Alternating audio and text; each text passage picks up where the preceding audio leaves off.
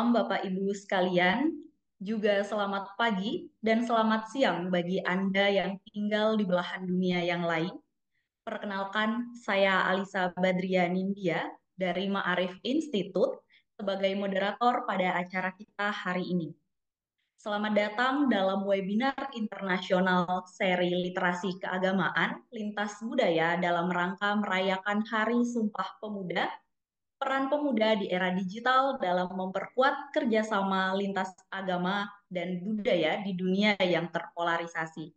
Webinar ini diselenggarakan oleh Ma'arif Institute dan Institut Leimena, serta didukung oleh Templeton Religion Trust. Kami dari Ma'arif Institute dan Institut Leimena ingin mengucapkan salam hormat kepada Bapak Ibu sekalian, seluruh peserta yang ada di Indonesia atau dimanapun Anda berada. Sebagai informasi, ada 4.626 peserta dari sekitar 495 kota dan kabupaten dari 21 negara yang mendaftar di webinar hari ini. Ini tentu menunjukkan bahwa topik webinar ini memang menarik.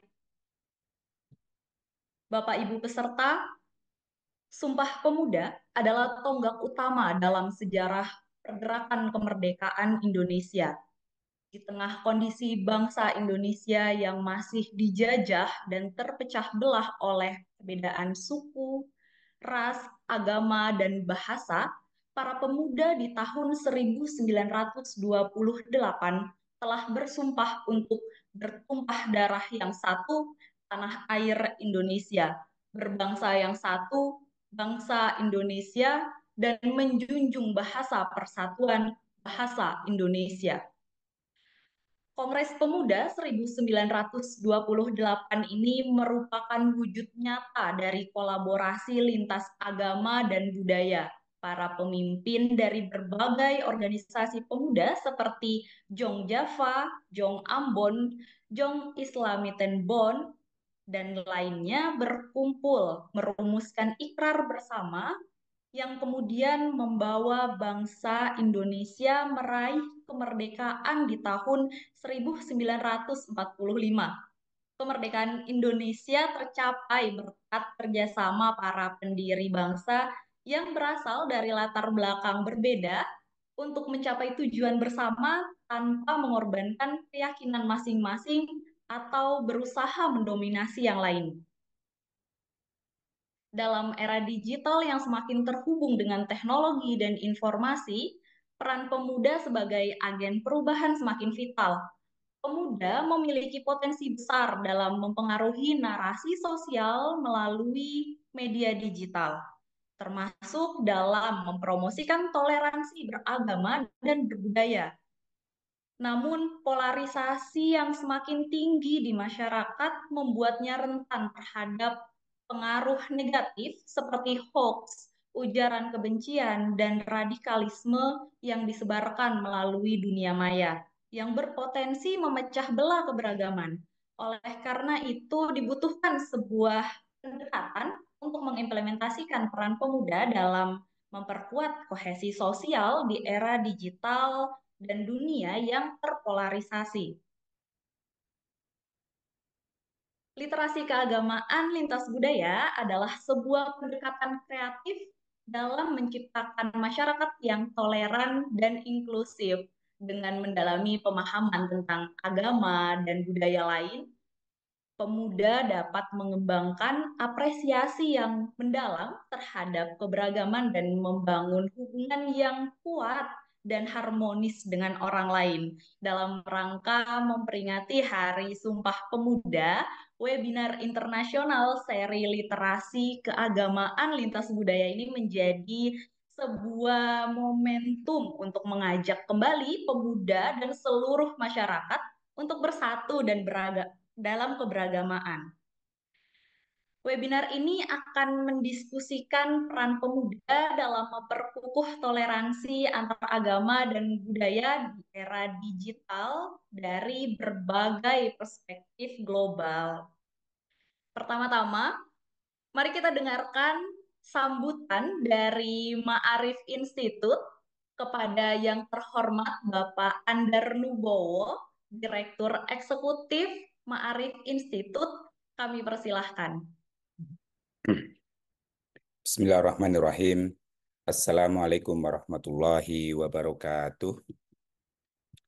Yang saya hormati Ketua Pendidikan dan Pelatihan Masjid Istiqlal Jakarta, Dr. Farid F. Zainong. Yang saya hormati Ketua Ikatan Pelajar Muhammadiyah, Riyandi Prawita. Yang saya hormati Presidium Mafindo, Septiaji Eko Nugroho. Yang saya hormati Ibu Deska Lydia Natalia selaku jurnalis di Antara News, dan yang saya hormati Dr. Chris Seipel, Senior Fellow Comparative Religion in Jackson School of International Studies, University of Washington, dan tentu yang saya hormati Bapak Matius Ho, Executive Director Lemena Institute. Alhamdulillah pada malam hari ini Ma'arif Institute bekerjasama dengan Lemena Institute bersama-sama memperingati 98 tahun lalu Sumpah Pemuda yang merupakan momentum besar bagi bangsa Indonesia. Sumpah Pemuda adalah konsensus nasional pertama yang diinisiasi oleh para pemuda dan pemudi lintas agama, lintas budaya yang mempunyai imajinasi kebangsaan untuk menuju kemerdekaan dan Indonesia yang sejahtera, makmur, adil, dan sentosa. Momentum ini tentu saja menjadi peristiwa sejarah yang menginspirasi kita semuanya, bangsa Indonesia dan juga umat manusia, bangsa-bangsa lain di seluruh dunia, untuk membangun kerjasama yang didasarkan pada keragaman latar belakang suku, agama, bahasa, dan lain sebagainya, yang semuanya ditujukan untuk membangun kemanusiaan dan juga solidaritas global yang bertumbuh pada kebudayaan dan juga kemanusiaan yang tunggal. Bapak Ibu yang saya hormati, Ma'arif Institute menyambut diskusi pada malam hari ini tentang peran pemuda dalam memperkuat kerjasama lintas agama dan budaya untuk menghadapi era digital yang amat sangat luar biasa, kadangkala membuat kita itu terhenyak kaget dengan beragam hoax, beragam ujaran-ujaran kebencian yang membelah rasa kemanusiaan dan persatuan kita. Dan untuk menghadapi dunia yang semakin terpolarisasi oleh konflik politik, konflik ekonomi, konflik budaya, dan lain sebagainya. Oleh karena itu, 98 tahun lalu, para pemuda dan pemudi Indonesia memberikan contoh dan teladan bagaimana keragaman itu tidak membuat sekat-sekat polarisasi itu semakin dalam, tetapi keragaman itu menjadi modal utama bagi bangsa Indonesia, para pemuda-pemudi untuk meraih kemerdekaannya. Bapak Ibu yang saya hormati, dalam konteks dunia yang semakin mengglobal dan juga dunia yang semakin terpolarisasi akibat invensi teknologi internet, ya, teknologi digital yang semakin tak terbendung, tentu saja kolaborasi antar semua umat manusia sangat dibutuhkan. Karena dunia digital tidak hanya menjadi kendaraan bagi inisiatif-inisiatif baik untuk membangun dunia ini semakin baik, tetapi dunia digital, dunia internet itu juga menjadi kendaraan bagi mereka-mereka yang tidak menginginkan agama, kebudayaan yang berbeda-beda itu bersatu dan bersekutu di dalam menjunjung tinggi kemanusiaan dan keadilan. Oleh karena itu, Ma'arif Institute dan Lemena Institute sangat menghargai kehadiran dan partisipasi dari Bapak Ibu dari 21 negara yang hingga saat ini itu sudah masuk mendaftar di ruang diskusi kita kali ini sebanyak 4.626.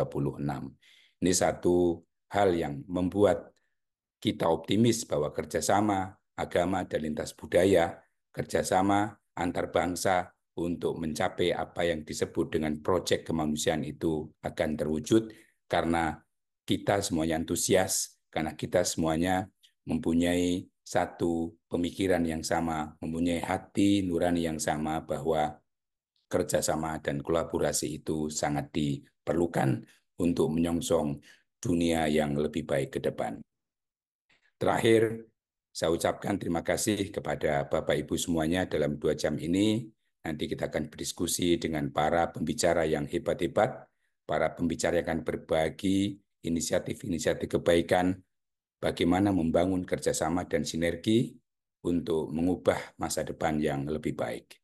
Saya ucapkan sekali lagi terima kasih dan selamat berdiskusi. Assalamualaikum warahmatullahi wabarakatuh. Terima kasih kepada Bapak Andar Nubowo atas sambutan yang telah disampaikan. Selanjutnya, mari kita dengarkan sambutan dari Institut Leimena kepada yang terhormat Bapak Matius Ho, Direktur Eksekutif Institut Leimena. Kami persilahkan. Terima kasih, Bu Moderator. Yang terhormat Menteri Pendidikan Dasar dan Menengah Republik Indonesia, Bapak Profesor Dr. Abdul Mukti. Yang saya hormati, sahabat saya Bapak Andar Nubowo, PhD, Direktur Eksekutif Ma'arif Institute. Para narasumber yang kami hormati, Bapak Dr. Farid Sainong, Kepala Bidang Pendidikan Pelatihan Masjid Istiqlal, Bapak Riyandi Prawita, Ketua Umum Ikatan Pelajar Muhammadiyah, Bapak Septiaji Eko Nugroho, Ketua Presidium Mafindo, Ibu Deska Lydia Natalia, wartawan Antara News, dan Bapak Dr. Chris Seipel, Senior Fellow University of Washington, yang bergabung langsung dari Amerika Serikat. Ibu Moderator, Ibu Alisa Badrian India dari Ma'arif Institute, Ibu Bapak peserta webinar dimanapun berada, selamat malam dari Jakarta. Pertama-tama mari kita panjatkan puji syukur kepada Tuhan Yang Maha Esa atas terselenggaranya webinar internasional ini. Atas nama Institut Leimena, saya menyampaikan terima kasih dan apresiasi yang mendalam kepada Ma'arif Institute atas kerjasamanya dalam menyelenggarakan acara ini yang ikut didukung oleh Templeton Religion Trust. Kami juga mengucapkan selamat kepada Bapak Profesor Dr. Abdul Mukti yang diberikan amanah sebagai Menteri Pendidikan Dasar dan Menengah, Literasi Keagamaan Lintas Budaya atau LKLB, yang menjadi nama seri webinar ini tidak akan lahir tanpa masukan-masukan pemikiran penting dari beliau sejak awal konsepsinya. Bahkan banyak guru dan pendidik di program ini yang telah memperoleh inspirasi dan pengetahuan dari beliau melalui kehadirannya sebagai narasumber dalam berbagai kegiatan literasi keagamaan lintas budaya selama ini. Pada bulan Oktober 2021, kelas perdana Literasi Keagamaan Lintas Budaya sebagai program internasional peningkatan kapasitas guru-guru madrasah dan sekolah diluncurkan bekerja sama dengan Ma'arif Institute, yang memang telah menjadi sahabat kami sejak lama, sejak pertama kali diperkenalkan melalui almarhum Buya Syafi'i Ma'arif, guru bangsa yang banyak menginspirasi kami di Institut Leimena. Persis 3 tahun kemudian, pada bulan Oktober ini, kelas pelatihan ini telah meluluskan 58 angkatan dengan total kelulusan sebanyak 9.160 guru dan pendidik lainnya dari 37 provinsi di Indonesia, dari kalangan Islam, Kristen, Buddha, Hindu, dan sebelum tahun ini berakhir akan dilaksanakan kelas perdana untuk guru-guru beragama Konghucu. Sumpah Pemuda dan tema webinar kali ini merupakan bagian penting dari motivasi utama pengembangan program literasi keagamaan lintas budaya. Sumpah Pemuda di tahun 1928 menjadi sebuah tonggak penting bagi perjuangan kemerdekaan bangsa Indonesia yang selama itu mudah terpecah belah dan diadu domba. Keputusan Kongres Pemuda saat itu menjadi ikrar atau sumpah bersama para pemuda-pemudi dari lintas suku, agama, dan kepercayaan bahwa di tengah perbedaan tersebut, mereka sepakat menjadi bangsa yang satu dengan tanah air yang satu dan satu bahasa persatuan, yaitu Indonesia.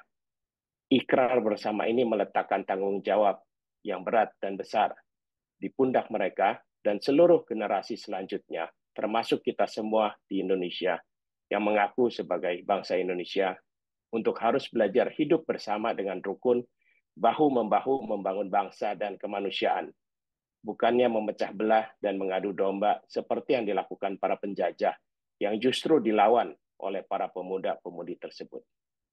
Program literasi keagamaan lintas budaya menekankan pada pengembangan kompetensi agar kita mampu mengatasi masalah prejudis, prasangka, dan stereotip negatif kita terhadap orang yang berbeda agama, kepercayaan, atau bahkan berbeda budaya dari kita.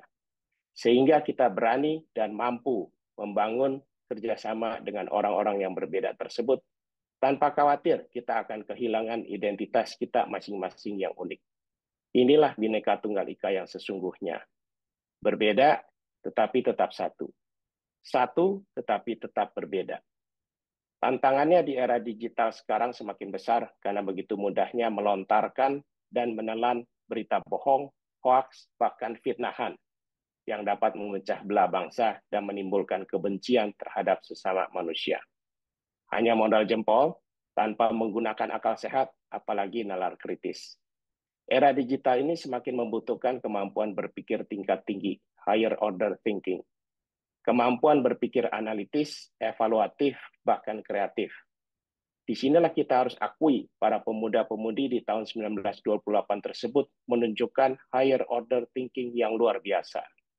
Mereka mampu di tengah penjajahan yang telah ratusan tahun tersebut, mereka mampu menganalisa, mengevaluasi situasi sekitar mereka, segala informasi yang masuk hingga menghasilkan sebuah gagasan cemerlang yang kreatif yang dirumuskan dalam Sumpah Pemuda. Apakah setelah hampir 100 tahun kita semakin baik dalam kemampuan berpikir tingkat tinggi ini, atau justru semakin jeblok menurun serta mudah dihasut dan diadu domba? Atau malah lebih parah lagi kita ikut-ikutan menyebar hoaks dan menebar kebencian? Itulah sebabnya peran pendidikan amat penting dan mengapa program literasi keagamaan lintas budaya ini memprioritaskan para guru dan pendidik lainnya. Penguatan kompetensi-kompetensi literasi keagamaan lintas budaya ini diharapkan dapat ikut meningkatkan kemampuan berpikir analitis, evaluatif, dan kreatif para guru, yang kemudian dapat ditularkan kepada para anak didik, kepada generasi muda. Semoga program literasi keagamaan lintas budaya ini yang 3 tahun lalu diluncurkan bersama Maarif Institute dan hingga kini telah dilaksanakan bersama lebih dari 30 lembaga pendidikan dan keagamaan dapat turut memperkuat tidak hanya toleransi tetapi juga kolaborasi kerjasama lintas agama dan budaya, baik di Indonesia maupun di dunia demi masa depan kemanusiaan yang lebih baik. Terima kasih sekali lagi kepada seluruh narasumber dan peserta yang telah hadir dalam webinar ini. Mohon maaf atas segala kekurangan yang ada dalam pelaksanaan ini. Selamat beracara dan terima kasih. Terima kasih kepada Bapak Matius Ho atas sambutan yang telah disampaikan. Setelah ini kita akan masuk ke acara inti, yaitu pemaparan materi dari seluruh narasumber. Baik, Bapak Ibu sekalian, kita akan mendengarkan pemaparan dari narasumber. Kita akan mendengarkan pemaparan dari narasumber. Pertama, saya mengundang Bapak Dr. Farid F. Sainong, MA, Kepala Bidang Pendidikan dan Pelatihan Masjid Istiqlal, untuk menjelaskan tentang pendekatan literasi keagamaan lintas budaya yang sejalan dengan nilai-nilai Sumpah Pemuda serta menyoroti peran penting pemuda dalam memperkuat kohesi sosial di era digital. Waktu selama 7 menit. Kepada yang terhormat Bapak Dr. Farid F. Sainong, MA, kami persilahkan. Oke, terima kasih. Bismillahirrahmanirrahim. Assalamualaikum warahmatullahi wabarakatuh. Dan salam sejahtera buat kita semua. Em, Iya, ya tentu saja berterima kasih di awal ini untuk panitia, Pak Matius, Pak Andar yang mengajak kami berkontribusi di dalam kesempatan ini. Juga sekaligus menyampaikan selamat pada Profesor Abdul Mukti yang sudah menjabat sebagai Menteri Pendidikan Dasar dan Menengah. Selamat Pak Mukti. Ya, waktu 7 menit saya ingin gunakan seefektif mungkin untuk sharing bersama terkait dengan peran pemuda, khususnya ketika kita hubungkan dengan literasi keagamaan lintas budaya, dan juga konteks Sumpah Pemuda yang sedang kita rayakan ini. Iya, tentu saja saya akan mengambil sedikit kasus tentang pemuda misalnya, dan juga lebih spesifik lagi, meskipun pengertian atau definisi pemuda ini masih cukup kompleks ya. Jadi misalnya sering kita punya ada organisasi pemuda di mana saja, tapi kok isinya sudah 50 tahun ke atas juga masih ada gitu. Ngambil definisi dari PBB juga agak luas. Jadi saya ingin lebih spesifik, justru ingin lebih mengerucutkan makna pemuda ini kepada Gen Z saja dulu nih, supaya bisa lebih fokus dalam melihat persoalan dan peran mereka. Jadi kalau mengacu pada definisi yang pakem tentang Gen Z, mereka yang lahir tahun 97 sampai 2012, hari ini mereka kira-kira berumur 18 tahun sampai 23 adalah kelompok masyarakat paling produktif saya kira. Mereka sedang berada di usia-usia paling giat, dan dan dari mengumpulkan banyak analisis dari para ahli terkait dengan karakter yang melekat pada mereka. Salah satu karakter yang paling melekat adalah bahwa Gen Z ini sangat apa istilahnya, punya semacam kemampuan yang disebut dengan technological adaptation, di samping karakter-karakter yang disematkan ke mereka. Jadi dengan generasi kolonial dengan segala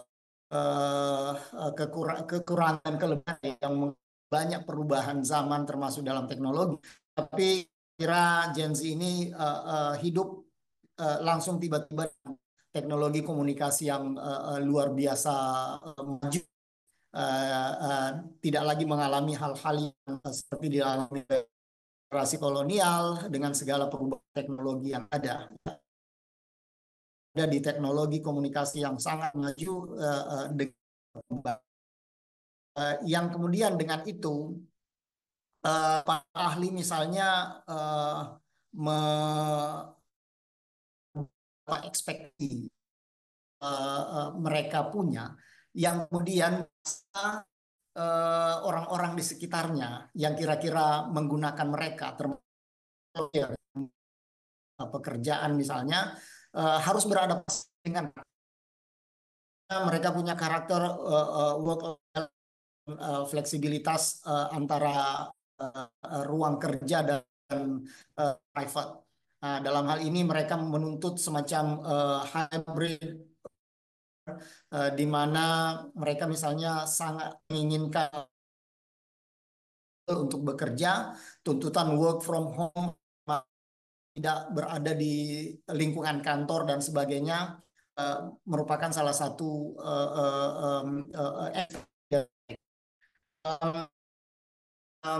mereka membutuhkan rekognisi dan apresiasi yang setiap saat, yang karenanya daya meritokrasi misalnya menjadi penting buat mereka, bahwa dengan upaya hasil yang mereka punya, mereka juga, jadi mereka menginginkan misalnya real time yang kemudian membuat mereka ingin berkembang. Dan yang ingin saya sampaikan bahwa mereka karakter yang mengakui diversity di satu waktu, dan di saat yang sama juga menginginkan mungkin berbeda dengan beberapa kelompok masyarakat lainnya yang mungkin saja mengakui diversity atau keragaman, tetapi tujuannya adalah untuk eksklusivitas, ya, mengeksklud atau menjadi sosok yang eksklusif, merasa berbeda dengan yang lain kemudian eksklusif, ya, atau bahkan menyisihkan kelompok-kelompok masyarakat yang lain. Sementara Gen Z ini mereka mengakui keragaman itu, tetapi di saat yang sama juga melakukan inklusi, ya, tidak mencoba hidup bersama mereka dengan orang-orang yang berbeda dengan mereka. Nah, disinilah kemudian makna LKLB atau literasi keagamaan lintas budaya menjadi penting untuk kita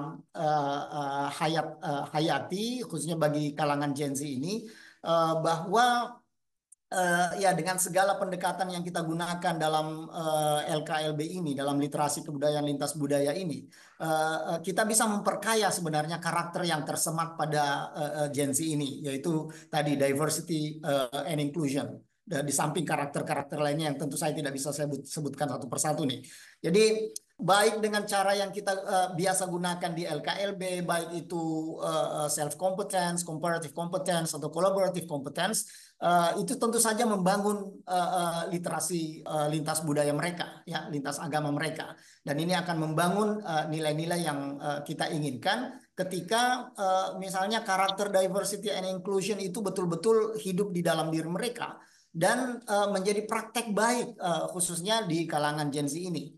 Dan ya tentu saja laksanakan selama ini di LKLB ya menjadi contoh yang sangat baik untuk mereka, dan saya kira mensupport karakter yang sangat melekat pada diri mereka terkait dengan diversity dan inclusion ini. Yang penting tadi ingin saya sampaikan adalah bahwa karakter diversity dan inclusion ini yang perlu kita semai dalam diri pemuda, khususnya Gen Z ini, dan insya Allah dalam kesempatan lain ketika dihubungkan dengan LKLB dan Sumpah Pemuda akan mendapatkan momen dan signifikansinya yang bisa menjadi kebanggaan kita, saya kira, di kesempatan-kesempatan akan datang. Terima kasih pada Bapak Dr. Farid F. Sainong, MA, atas pemaparan yang telah disampaikan.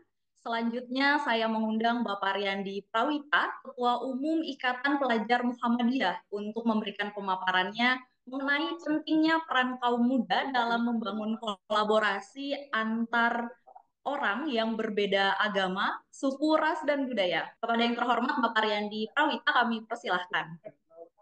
Assalamualaikum warahmatullahi wabarakatuh. Perkenalkan, saya Riyandi Prawita, Ketua Umum Bintang Ikatan Pelajar Muhammadiyah. Merupakan organisasi sayap, organisasi otonom Persyarikatan Muhammadiyah yang berdiri pada 18 Juli 1961 dengan basis massa sejumlah 7 juta pelajar mulai dari SD, SMP, SMA, SMK Muhammadiyah di seluruh Indonesia. Dan kami alhamdulillah dari Ikatan Pelajar Muhammadiyah selama 63 tahun terakhir, kami sudah melakukan banyak sekali hal-hal yang signifikan dan juga sangat impactful, berdampak kepada masyarakat dan juga terutama pelajar di grassroots. Yang pertama yang akan saya sampaikan adalah terkait dengan realita masa kini. Realita masa kini yang perlu kita perhatikan bahwa pelajar ataupun pemuda, kalau merujuk dari undang-undang dari batas maksimal umur pemuda adalah 40, maka kita melihat banyak sekali adanya signifikansi perbedaan dari setiap generasi. Kita bisa melihat dari generasi milenial ke generasi Z, generasi alpha, itu sangatlah signifikan sekali perubahannya. Bahkan apa yang menjadikan itu perubahan adalah salah satunya karena arus informasi yang sangat cepat. Salah satunya adalah berbicara tentang perkembangan teknologi.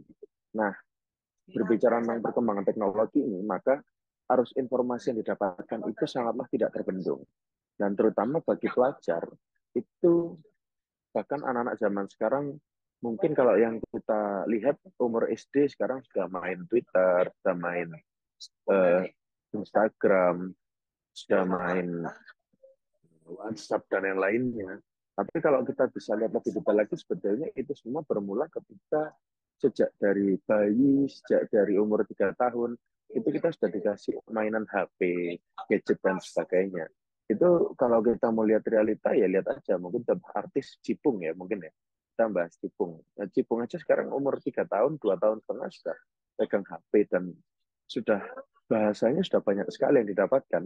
Dan kalau mungkin 1 atau 2 tahun yang lalu mungkin Gempi ya. Gempi itu mungkin bisa main HP tapi tidak bisa membaca. Nah, ini adalah sebuah perkembangan di mana ternyata literasi numerik dan juga hal-hal yang lainnya ini ternyata memang sangatlah perlu untuk diajarkan sedini mungkin dalam rangka untuk kita ini membendung arus informasi yang sangatlah tidak bisa kita bendung.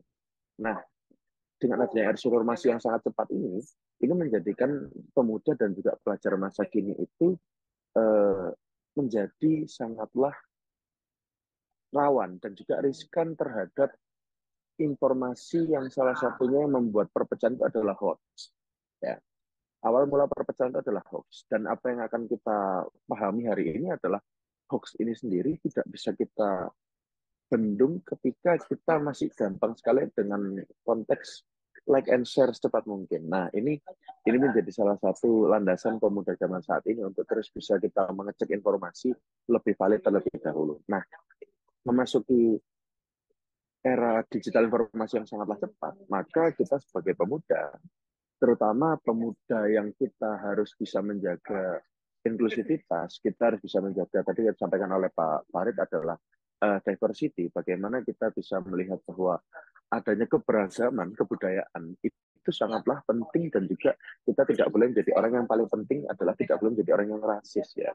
Nah, di Ikatan Pelajar Muhammadiyah sendiri, bahkan kalau kita berbicara tentang Muhammadiyah ini merupakan organisasi yang sangat inklusif. Mengapa saya katakan seperti ini? Karena banyak kampus Muhammadiyah kami, dari 180 universitas Muhammadiyah di seluruh Indonesia, itu ada beberapa kampus Muhammadiyah yang mengadopsi konsep Krismuha namanya, Kristen Muhammadiyah, di mana Muhammadiyah ini menggunakan domain sekolah, domain universitas, itu sebagai lahan dakwah.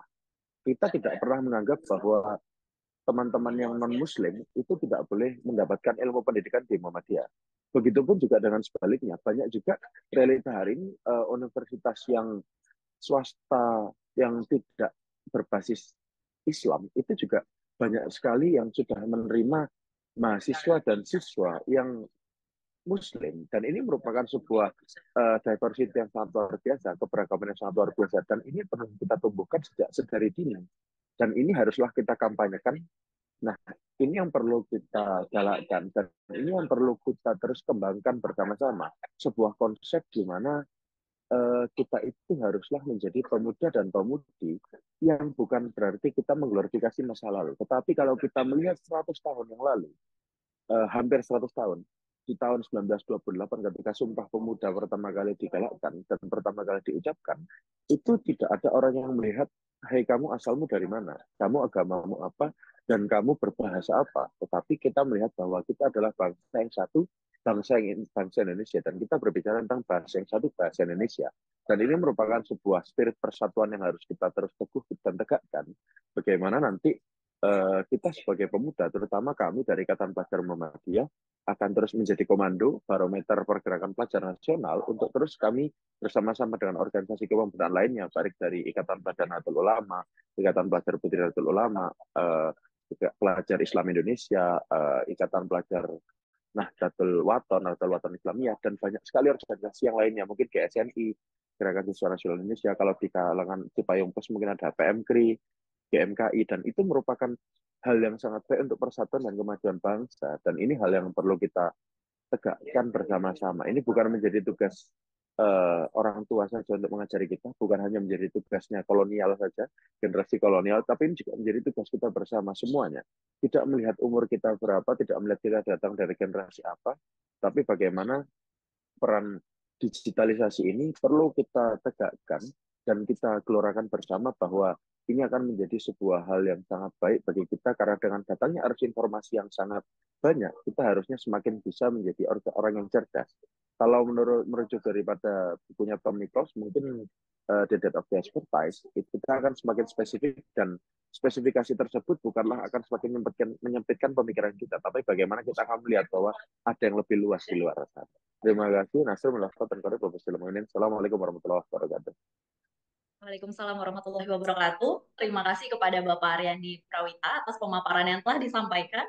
Selanjutnya saya mengundang Bapak Setiaji Eko Nugroho, STMSC, Ketua Presidium Mafindo, untuk memberikan pemaparannya mengenai pengalaman tentang strategi membangun narasi positif dan menangkal hoax serta ujaran kebencian berbasis agama melalui media sosial. Waktu selama 7 menit. Kepada yang terhormat Bapak Setiaji Eko Nugroho, STMSC, kami persilahkan. Terima kasih Mbak Alisa. Ya, terima kasih. Bismillahirrahmanirrahim. Assalamualaikum warahmatullahi wabarakatuh. Yang kami hormati kawan-kawan dari Ma'arif Institute, Pak Andar, dan juga Pak Matius dari Institut Leimena. sangat terhormat sekali bisa berbicara di sini. Saya mewakili sebuah komunitas berbasis relawan, namanya Mapindo. Kami ada sekitar 1.000 relawan di 44 kota, dan isinya ada anak muda dan juga ada mungkin usia sampai 70 tahun tetapi tetap berjiwa muda. Jadi kami di sini akan berbicara tentang bagaimana kita melakukan pemulihan trust di era post-truth. Kami memahami bahwa Sumpah Pemuda 1928 itu adalah upaya yang sangat luar biasa dilakukan oleh anak muda untuk membangun bangsa di atas sebuah trust. Jadi trust apa saja? Yang pertama tentu trust antara anak-anak muda yang berasal dari berbagai daerah yang berbeda, dan juga trust terhadap kepemimpinan anak muda, trust terhadap identitas nasional, trust terhadap power kolektif, dan juga trust terhadap masa depan Indonesia. Namun, hampir 100 tahun, saat ini trust itu sedang mengalami erosi yang sangat dahsyat, terutama di era sosial media karena polarisasi dan juga misinformasi. Kami di Mavindo mencatat data hoax setiap tahun, dan kita melihat sampai saat ini Indonesia masih menjadi tempat perang antara hoax dan juga fakta. Di tahun 2023 kita mendapati hoax ada 2.330 dan hampir separuhnya terkait dengan politik yang juga sebagian terkait dengan masalah politik identitas. Karenanya menurut kami penting untuk kemudian menengok sebuah kata-kata, kalimat yang disampaikan oleh Maria Ressa, pemenang Nobel dari Filipina, yang menyebutkan adalah bahwa tanpa fakta kita tidak bisa memiliki kebenaran. Tanpa kebenaran kita tidak bisa mendapatkan trust. Tanpa ketiganya kita tidak punya realitas yang kita bagi, dan juga kita tidak akan punya demokrasi. Nah, karenanya kami memiliki pendekatan untuk bagaimana kita meningkatkan 3 aspek ini, fakta, kebenaran, dan juga trust. Yang pertama, sebagai organisasi fact-checking yang berbasis relawan, kami melakukan fact-checking dan juga pre-banking. Pre-banking ini adalah sebuah vaksinasi informasi. Kemudian yang kedua, salah satu akar masalah kenapa misalnya hoax itu beredar, itu juga terkait dengan masalah tingkat literasi digital masyarakat yang masih terbatas.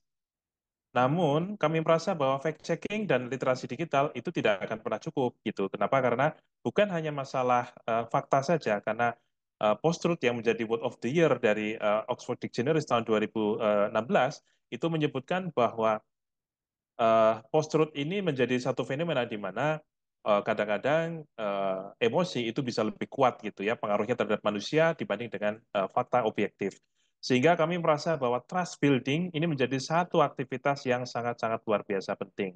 Ditambah juga tentu kita perlu menggunakan berbagai teknologi, teknologi informasi, termasuk juga artificial intelligence. Nah, jadi kami di Mavindo sejak 2016 kita melakukan penelusuran terhadap misinformasi yang beredar, dan kita melakukan fact-checking, kita publikasikan di situs kami turnbackhoax.id, dan juga bersama-sama dengan asalnya 21 media, sekarang sudah ada 100 media, yaitu adalah koalisi cekfakta.com, yang merupakan kolaborasi antara Aliansi Jurnalis Independen, AMSI, dan juga Mavindo, didukung oleh Google News Initiative. Selain itu, kita juga mulai merintis yang namanya pre-banking, yaitu adalah vaksinasi informasi. Jadi selain menunggu hoax datang, kemudian kita melakukan debunking atau melakukan klarifikasi, kita melakukan prediksi apa yang berpotensi muncul, baik itu terkait dengan isu pemilu, isu kesehatan, ataupun isu yang lain termasuk misalnya kebencanaan. Dan kami juga sejak berdiri itu juga aktif melakukan edukasi literasi digital kepada masyarakat, baik itu yang menyasar anak muda, kepada masyarakat umum, hingga kepada warga lansia. Kami bersyukur di tahun 2020 kami berkolaborasi dengan Ma'arif Institute dan menjangkau ada banyak sekali kampus dan juga sekolah. Saat ini kami juga bekerjasama dengan Kemendikbud melalui mata pelajaran informatika yang wajib bagi seluruh sekolah yang melaksanakan kurikulum Merdeka. Ada mapel informatika, di dalamnya ada elemen literasi digital, dan ini mulai berlaku tahun ini, dan ini menjadi satu kesempatan emas bagi kita untuk bisa menyiapkan anak-anak muda untuk lebih siap di ruang digital. Nah, untuk lansia, kita juga punya namanya Akademi Digital Lansia, yang tujuannya adalah juga bagaimana melindungi orang tua kita di ruang digital. Selanjutnya juga yang tidak kalah penting adalah trust building, bagaimana kita membangun jembatan antara kelompok masyarakat yang berbeda. Kami sangat terinspirasi dengan bagaimana masyarakat Ambon melakukan restorasi sesudah konflik di tahun 1999 ya sampai 2005. Jadi bagaimana mereka bisa recover, bagaimana mereka kemudian bisa membangun dirinya, bagaimana mereka sekarang memiliki resiliensi, bahkan mungkin bisa menjadi masyarakat yang boleh dikatakan cukup kebal terhadap hoax ya di era sekarang ini, itu membuat kami kagum dan itu adalah nilai-nilai yang kemudian kita bawa menjadi semangat Ambon, yaitu adalah bagaimana kita merukunkan masyarakat, tokoh agama, tokoh lintas adat gitu ya, menjadi bagian penting dalam upaya untuk memerangi disinformasi dan juga polarisasi. Yang terakhir adalah teknologi, tentu saja kita juga butuh untuk kemudian melakukan inovasi teknologi di berbagai hal. Kita mencoba untuk membuat chatbot, kemudian membuat tools yang memudahkan masyarakat untuk mencari tahu kebenaran sebuah informasi. Terima kasih Mbak Alisa, saya kembalikan. Terima kasih kepada Bapak Septiaji Eko Nugroho, SPMSC, atas pemaparan yang telah disampaikan.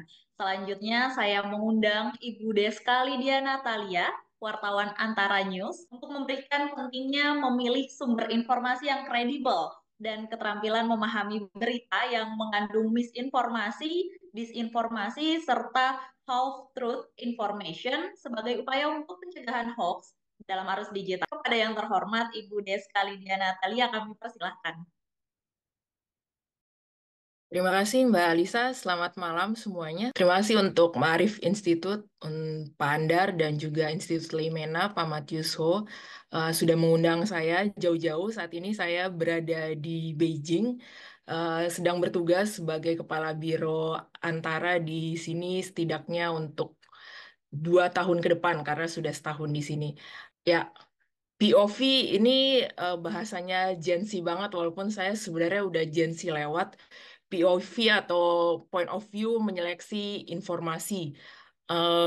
Tips and triknya banyak banget. Kalau nanya di ChatGPT bakalan eh, banyak dan panjang, tapi mungkin saya akan berbagi pengalaman aja dalam setidaknya 7 menit ke depan. Nah, setiap kita sepertinya sudah memiliki ponsel pribadi, entah itu satu atau lebih dari satu. Dan saat ini satu ponsel saja itu lebih banyak dibandingkan perpustakaan kuno di Alexandria atau Mesir, yang di sana tuh cuma ada sekitar 100 miliar bit atau 12,5 gigabyte, sementara ponsel yang punya Android gitu, kapasitasnya bisa sampai 96 gigabyte. Apaan aja sih yang bisa dilakukan oleh ponsel tersebut?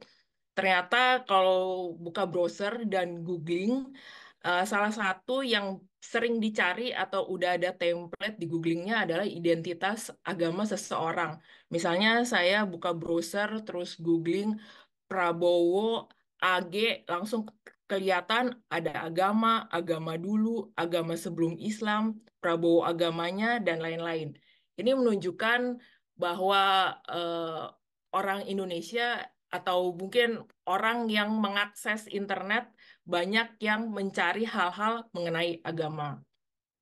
Nah, eh, ketika kita tahu bahwa Indonesia atau orang-orang Indonesia yang suka browsing di internet suka mencari agama, atau hal-hal yang terkait di mengenai agama, eh, kita juga harus memahami bahwa akun media mainstream dalam hal ini media cetak, elektronik, TV, ataupun media sosial tidak 100% akurat.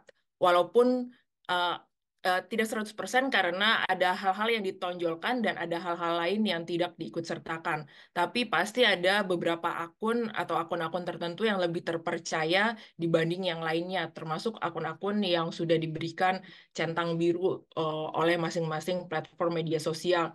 Dan saya juga bisa menyampaikan di sini bahwa ada istilah-istilah yang tentu perlu kita pahami mengenai apa itu misinformasi, yaitu informasi yang salah disebarkan tanpa sengaja, disinformasi yaitu informasi yang salah dan sengaja disebarkan dengan tujuan menipu, dan juga half truth, informasi yang sebagian benar tapi disajikan dengan cara yang menyesatkan sehingga membuat orang tersebut salah untuk menerima pesan yang ingin disampaikan. Nah, salah satu yang terkait, karena saya wartawan, dan melihat ini diskusi juga terkait dengan agama. Salah satu contoh kasus yang viral adalah mengenai pengungsi Rohingya pada Desember 2023. Bahkan pada 27 Desember itu ada 137 pengungsi yang diusir oleh mahasiswa di Aceh karena mereka kayak dipaksa untuk masuk ke dalam truk ke kantor Kemenkumham Aceh.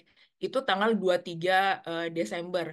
Dan diawali dengan ada video TikTok yang diunggah pada 6 Januari 2023 yang mengatasnamakan akun UNHCR Indonesia dengan pernyataan semoga rakyat Rohingya bisa diterima masyarakat Indonesia dan pemerintah bisa berikan dia rumah, makan, tempat tinggal, dan buat KTP Indonesia. Dan itu sudah ditonton jutaan kali. Jadi salah satu komentarnya ada yang menyebut capek-capek kerja buat beli tanah, ternyata Rohingya datang dan mau dikasih tanah dan kerjaan juga. Padahal itu sebenarnya adalah uh, setelah ditelusuri bukanlah akun resmi UNHCR dan itu adalah akun palsu yang mengatasnamakan UNHCR Indonesia. Dan ada akun-akun lain yang menyebarkan kebencian dengan menggunakan si pengungsi Rohingya yang baik dari sisi pengungsinya maupun dari sisi eh, agamanya yang akhirnya memberikan narasi kebencian. Dan di X salah satu pendiri Drone Emprit, Ismail Fahmi itu membuat satu analisis mengenai bagaimana akhirnya akun-akun kebencian itu bisa menampilkan atau meningkatkan engagement di secara sengaja untuk membuat porsi persepsi negatif mengenai si pengungsi Rohingya ini, walaupun mengenai debunking itu sudah ada, tapi yang negatifnya tetap tampak dan akhirnya berujung pada pengusiran. Jadi kita melihat bahwa hoax atau hal-hal negatif itu bisa berdampak langsung di dunia nyata, bukan hanya berisik di dunia maya saja. Lantas, bagaimana caranya untuk mengatasi hal tersebut? Eh, Tadi sudah disampaikan ada cekfakta.com, termasuk antara di situ ada ikut dalam cek fakta tersebut, antara sendiri punya jaringan antara cegah hoax. Seperti yang terakhir itu kami mencek fakta apakah benar Ridwan Kamil dan Suswono menjadikan Jakarta hanya satu agama. Di situ akan terlihat seperti apa sebenarnya yang disampaikan oleh pasangan cagup cawagup dari Jakarta itu. Selanjutnya juga bisa mempertimbangkan kredensial penulis dan sumber informasi, dan tentu media sosial harus dibandingkan dengan media massa yang sudah punya etika jurnalistik dan sistem klarifikasi tersendiri. Kemudian juga mengidentifikasi bias dan teknik manipulasi. Selanjutnya juga rekan-rekan bisa mengenali hoax. Misalnya adalah ada judul-judul yang sensasional, juga menggunakan gambar palsu maupun deepfake, dan memahami konteks informasi yang beredar. Ya, saya berharap bahwa tetap ada pemuda yang kritis dengan informasi yang beredar, dengan membuat pertama tujuan informasi dengan lebih spesifik, sehingga menghasilkan percakapan yang meaningful dan akhirnya dapat membuat orang lain memahami suatu peristiwa dengan cara yang sesungguhnya, bukan hanya menggunakan hal-hal yang dibuat-buat dengan sengaja. Ya, ini salah satu peribahasa di Cina sini karena saya sedang ada di Beijing. You can sit in the well and watch sky uh, because you need to look at the world. Intinya adalah meluaskan pandangan kita, bukan hanya melihat satu ponsel itu saja. Saya pikir ini saja dari saya. Terima kasih. Terima kasih kepada Ibu Deska Lydia Natalia atas pemaparan yang telah disampaikan. Selanjutnya saya ingin mengundang Bapak Dr. Chris Sepol, Senior Fellow Comparative Religion di Jackson School of International Studies, University of Washington, untuk menjelaskan tentang pendekatan literasi keagamaan lintas budaya yang sejalan dengan nilai-nilai Sumpah Pemuda serta menyoroti peran penting pemuda dalam memperkuat kohesi sosial. Kepada yang terhormat Bapak Dr. Chris Sepol kami persilahkan. Thank you very much, and greetings to our honored speakers and our honored guests of 2,100 people from 21 countries in the 21st century. It's amazing that we're able to do this. I also want to say a special congratulations to my old friend, Dr. Muti, at his appointment as Minister for Secondary and Primary Education, and say hello to Farid Sainan. I'm always grateful for his observations, and congratulations to his boss, Imam Umar, and his appointment as Minister for Religious Affairs. These are great things. I will be the first to note that I am not a youth, but my wife and I have 5 children, ages 10 to 17. But I will be the first to tell you, as they will, that that makes me no expert. So I am thinking about these things all the time, and I am particularly grateful for the last 3 presentations. So let me get on with mine. There's an old saying that your future runs through your past. And in a global world, we have to understand each other's stories, I think, if we are to work on our global challenges. Those challenges demand partnerships. It's not a question of if, but when. You will partner with somebody who doesn't look like you, vote like you, act like you, pray like you, have the same moral framework. But yet you have to work together to take on global challenges like extremism, like the environment, et cetera, et cetera. So what's the story from the past that enables the future? And that's the beautiful thing about the Youth Pledge of 96 years ago. It's a story of young people of different faiths and different backgrounds who agreed that they must all work together or all go down together. This is something that we might call today cooperative engagement, which I think Generation Z and Alpha understand better than previous generations. But the Youth Pledge was simple. They agreed that we must be one nation, one motherland, one language, or there would be no nation, no motherland, no language. And embedded within this process, which we don't understand as much in America about Indonesia, is this simple idea of freedom. This freedom to choose, a freedom given by God to choose to inquire, to choose to think critically and comparatively as a gift from God. This is the way that you defeat hoaxes and hate, by the way. You educate young people how to think about these things. And in that freedom that we saw in the youth of 1928, there is the freedom to assemble, the freedom to speak, the freedom to innovate and to be entrepreneurs and to build a country and to create jobs, and with jobs to provide dignity and honor to people as they provide for their families. This is all present in the Youth Pledge of 1928. It's also present, if you will allow me, it's also present in the foods that we eat. And in Indonesia, they love, and you love, gado-gado. For those who don't know, gado-gado is a salad that has many ingredients. And the beautiful part about gado-gado is that when you bring these ingredients together, you don't sacrifice the substance of the individual identity of the ingredients, but when they come together, they taste better together. They're not blended together so they're all the same. They maintain their identity and they produce this beautiful salad called gado-gado. Sometimes we talk about cross-cultural religious literacy as the gado-gado way. But the gado-gado way is simply the same thing as the Youth Pledge, in this idea that we have the freedom to choose to respect one another across different beliefs and different ethnicities. So what is cross-cultural religious literacy, and how does that help us? Well, there's 3 competencies, because we think about competencies as how to think, and 3 skills which is what to do. And these competencies and skills reflect the spirit of the Youth Pledge.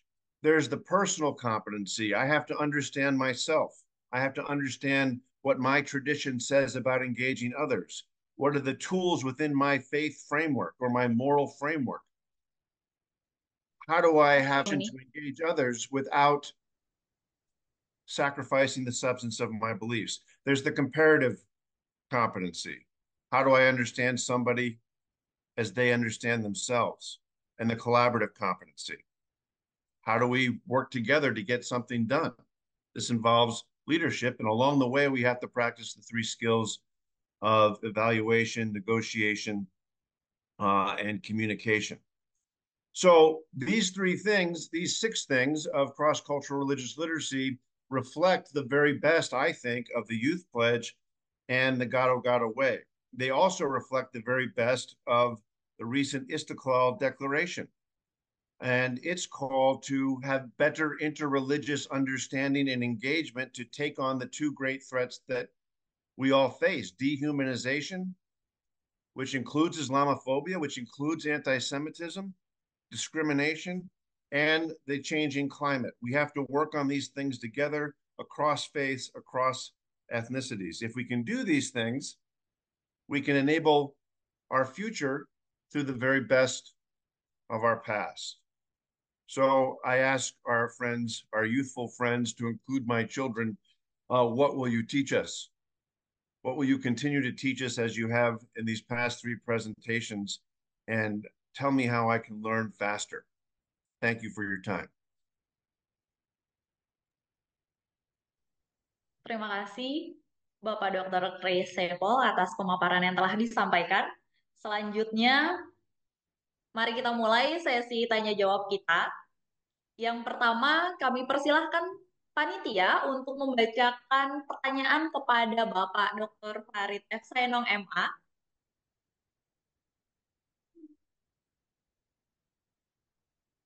Oke, baik, pertanyaan untuk Dr. Farid F. Saenong. Bagaimana peran pemuda dalam menggunakan media digital untuk membangun jembatan kerjasama lintas agama dan budaya di tengah dunia yang semakin terpolarisasi, serta bagaimana nilai-nilai Sumpah Pemuda dapat menjadi inspirasi untuk memperkuat persatuan ini. Dari Bapak Maskur. Polarisasi yang mungkin dimaksud di sini adalah polarisasi yang polarisasi politik atau ideologis yang mengarah pada perpecahan.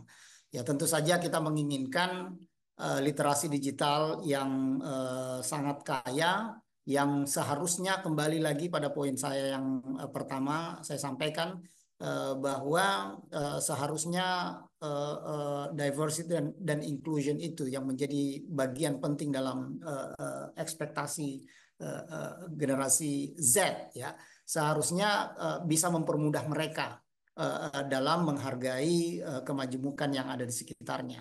Jadi kalau saya boleh berkata, DNA mereka adalah menghargai kemajemukan. Sehingga kalau ada yang tidak demikian, kita bisa menganggapnya sebagai sebuah pengecualian atau hal-hal yang seharusnya tidak demikian. Nah, jadi kalau saya boleh mengambil jalan pintas misalnya, ya, literasi digital itu seharusnya bukan hanya fokus pada hal-hal yang terkait dengan teknologi, pengembangan teknologi digital termasuk main game dan sebagainya, tetapi justru misalnya literasinya diperkaya dengan bacaan-bacaan yang berkualitas, ya, yang ya kita cukup pesimis juga dengan kualitas atau kekuatan membaca generasi Z ini atas beberapa buku saja misalnya. Tetapi paling tidak keakraban mereka dengan dunia digital seharusnya bisa diarahkan juga pada pengkayaan perspektif, ya, dengan melalui, ya, entah tidak mesti juga dengan membaca teks yang demikian banyak, tetapi juga bisa dimanfaatkan dengan menonton sajian-sajian yang memang menghargai atau memang sengaja didesain untuk menanamkan kesadaran keterbukaan bagi pemuda atau Gen Z, sehingga mereka pun punya semacam kesadaran internal terkait dengan orang-orang yang berada di sekitarnya. Saya kira itu dulu, Mbak Alisa. Terima kasih atas jawaban yang telah disampaikan oleh Bapak Dr. Farid F. Sainong, MA. Berikutnya, mempersilahkan panitia untuk membacakan pertanyaan kepada Bapak Riyandi Prawita. Baik, terima kasih. Saya akan bacakan pertanyaan untuk Bapak Riyandi. Pertanyaan pertama ialah, apa peran pemuda yang konkret dan mudah dilaksanakan pada era digital dalam memperkuat kerjasama lintas agama dan budaya di dunia yang terpolarisasi? Dari Muhammad Sulaiman. Ya, terima kasih untuk pertanyaan dari Mas Sulaiman. Ini merupakan pertanyaan yang sangat konkret ya, langsung to the point program. Kalau saya langsung saja, yang pertama, mungkin kalau teknis, mungkin kemah antar lintas agama. Itu memperkuat kita dalam rangka untuk kita ini bisa saling sharing satu sama lain, bagaimana tentang budaya, adat, norma, seperti apa di masing-masing antar lintas agama. Kalau mungkin dalam skala besarnya, kita mungkin sudah berbicara di Kementerian Agama ada FKUB, Forum Kerukunan Umat Beragama. Ini adalah di mana wujud konkret, di mana semua partisipan dari masing-masing agama itu hadir dan akan memberikan perspektifnya masing-masing. Mungkin kalau kita berbicara tentang FKUB di tingkat pemuda, itu mungkin sangat diperlukan hari ini. Nah, dan mungkin sebelumnya mungkin belum ada ya. Atau kalau mungkin sudah ada, cuman mungkin saya yang kurang dengar, mungkin bisa jadi. Tapi kalau menurut saya, FKUB di tingkat kepemudaan itu sangatlah penting.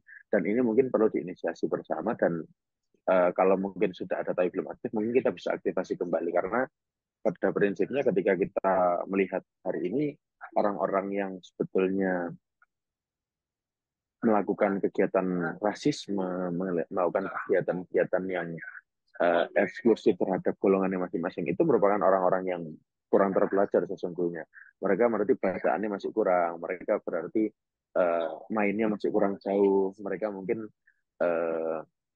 secara keilmuan masih sangatlah dangkal, dan atau mungkin bahkan mereka termasuk golongan orang-orang yang sebetulnya tidak pintar tapi merasa paling tahu. Nah, mudah-mudahan kita semua tidak termasuk golongan orang-orang yang seperti itu, dan kita merupakan pemuda-pemuda yang sangat menghargai kerukunan antar umat beragama. Itu kalau dari saya kepada Mas Sulaiman. Terima kasih pertanyaannya. Terima kasih atas jawaban yang telah disampaikan oleh Bapak Riyandi Prawita. Berikutnya kami mempersilahkan panitia untuk membacakan pertanyaan kepada Bapak Septiaji Eko Nugroho, SDMSC.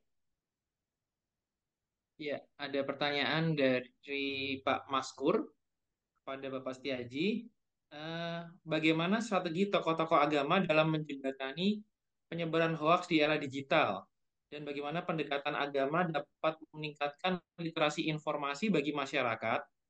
Apakah juga dari Mavindo pernah punya pengalaman bekerja dengan pemuka agama, dan bagaimana sebaiknya pemuka agama dapat mengontrol hal-hal yang tadi ditanyakan? Jadi ini pertanyaan dari Bapak Maskur, dan ada yang mirip juga dari Pak Romi Pelupesi.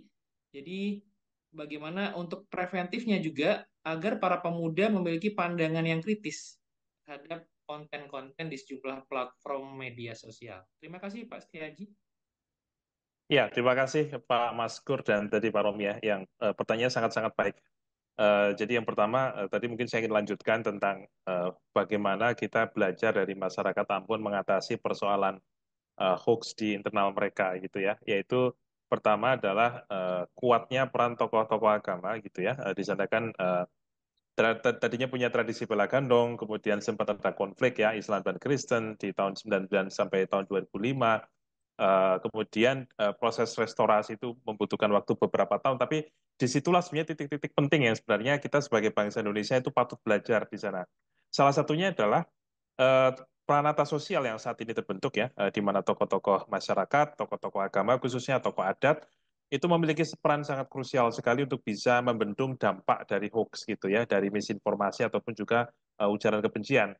Jadi ketika misalnya dengan adanya Pranata ini, ketika misalnya nih ada satu orang pemuda nih, misalnya saya nih pemuda Muslim membuat konten digital yang menghujat misalnya agama Kristen gitu, maka yang akan merespon pertama itu bukan kelompok Kristen, tetapi justru tokoh Muslimnya duluan gitu ya. Dan kemudian juga sebaliknya, kalau ada anak muda Kristen dia membuat sesuatu onar di ruang digital, maka pendetanya yang akan duluan bertindak. Jadi ini juga membangun sense of trust. Jadi masyarakat itu merasa bahwa kalau ada sesuatu pasti ada yang akan melakukan respon gitu. Jadi kita nggak perlu tidak perlu apa ya, tidak perlu kemudian responsif, tidak perlu kemudian ngamuk dan seterusnya gitu. Nah, itu saya rasa semangat yang sangat baik sekali gitu ya. Dan kami juga dari pelajaran yang kami dapatkan dari mengambil ilmu dari teman-teman di Ambon, kami terapkan ketika kami membuat namanya Hoax Crisis Center di tahun 2018 waktu itu di Pontianak di Kalimantan Barat, karena waktu itu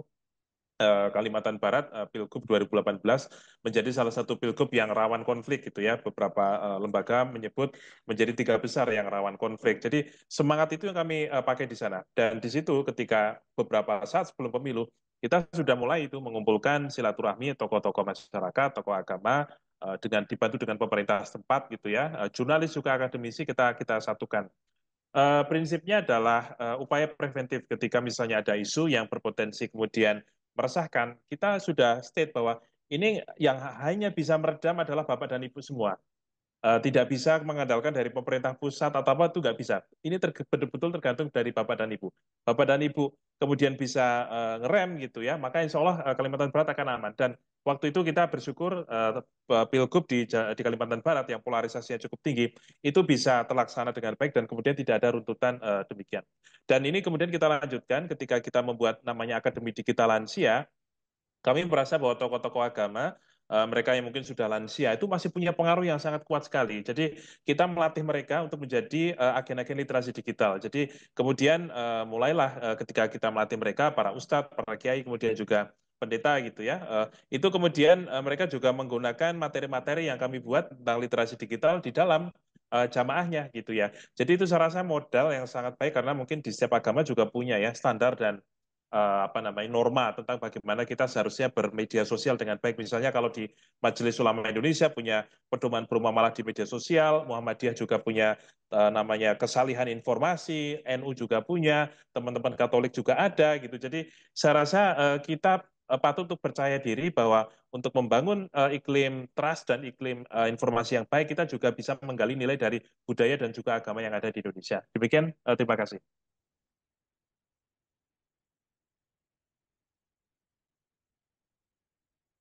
Terima kasih atas jawaban yang telah disampaikan oleh Bapak Septiaji Eko Nugroho, ST MSc. Berikutnya kami mempersilahkan kepada panitia untuk membacakan pertanyaan kepada Ibu Deska Lydia Natalia.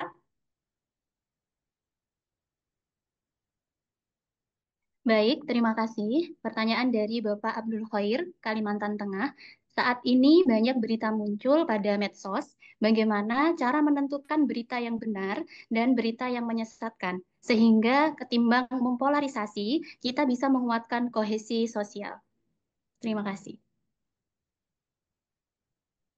Ya, terima kasih untuk pertanyaannya Pak Abdul Khoir. Mungkin saya ingin menegaskan terlebih dahulu di medsos itu bisa disebut sebagai informasi ya.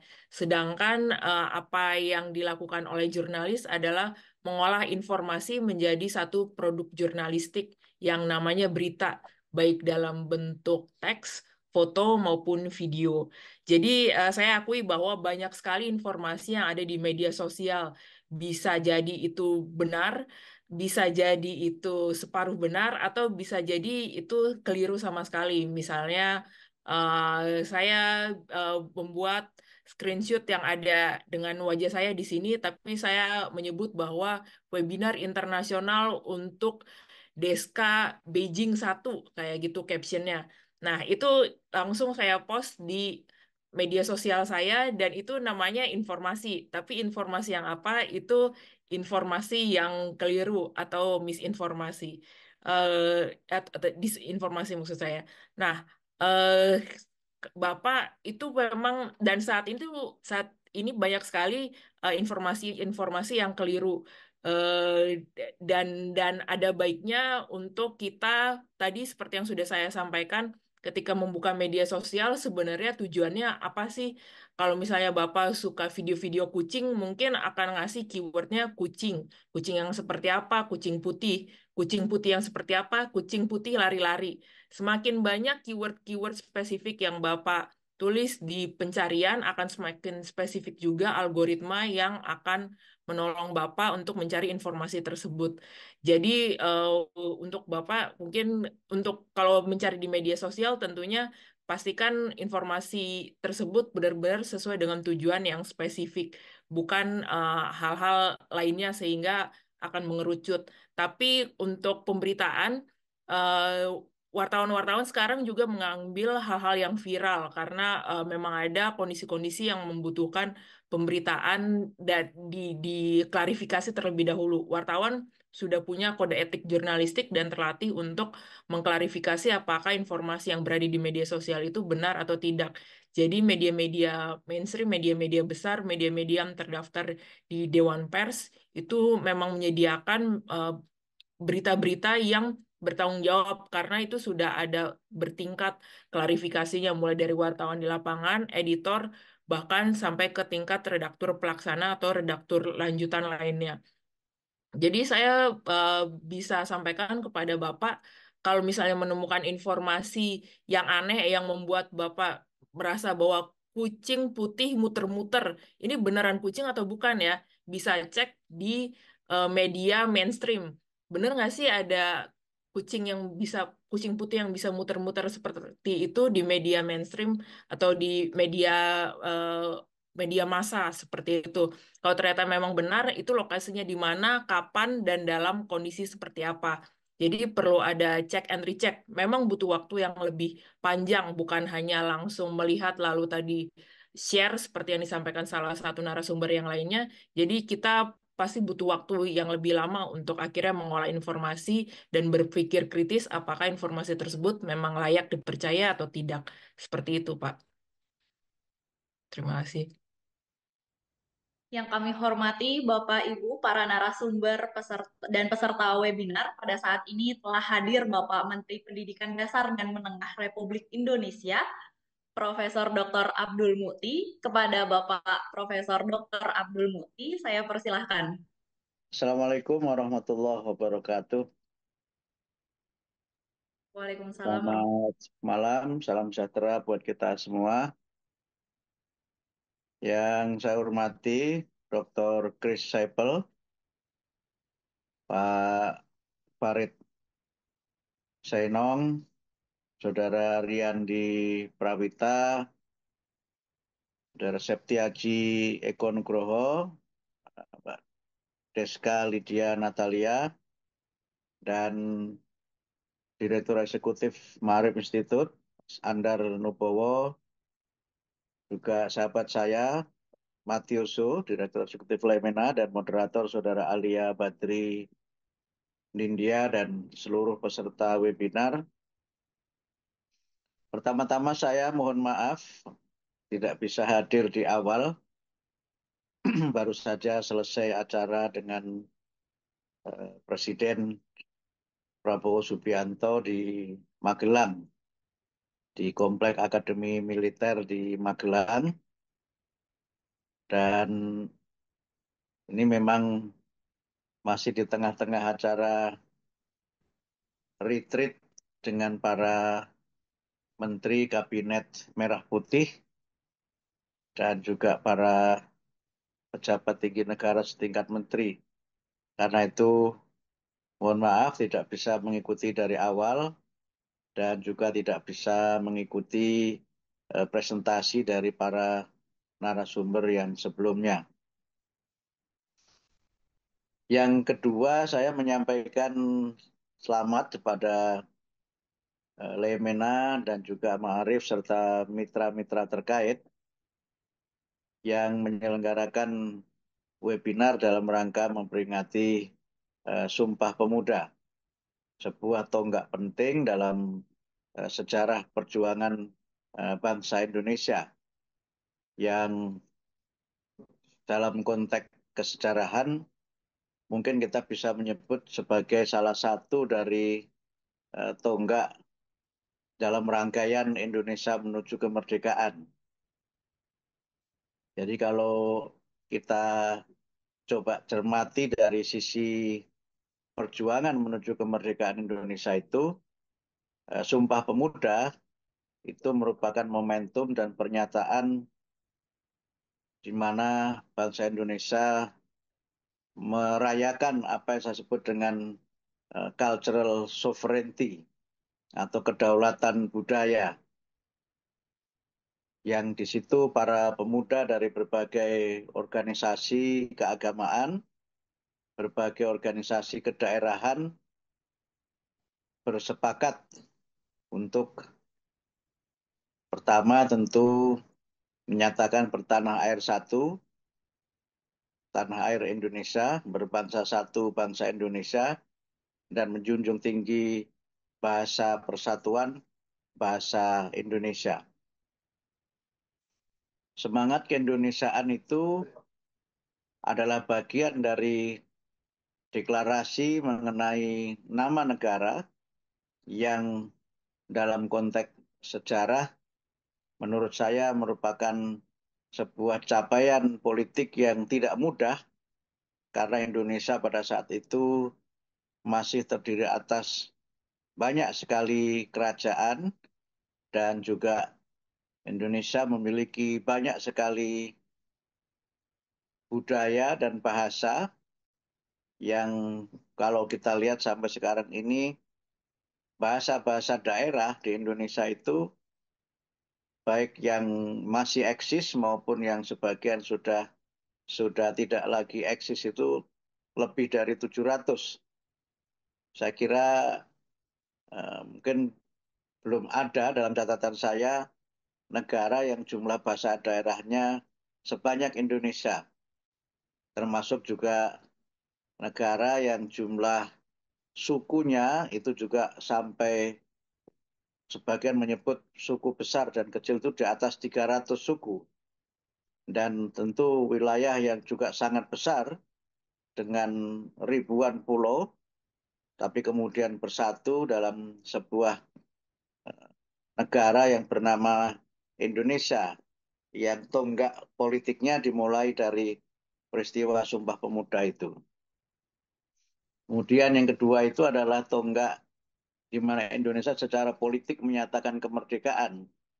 Itu yang mungkin saya menyebutnya dengan political sovereignty atau kedaulatan politik, yang Indonesia menyatakan dirinya sebagai negara yang merdeka, negara yang berdaulat.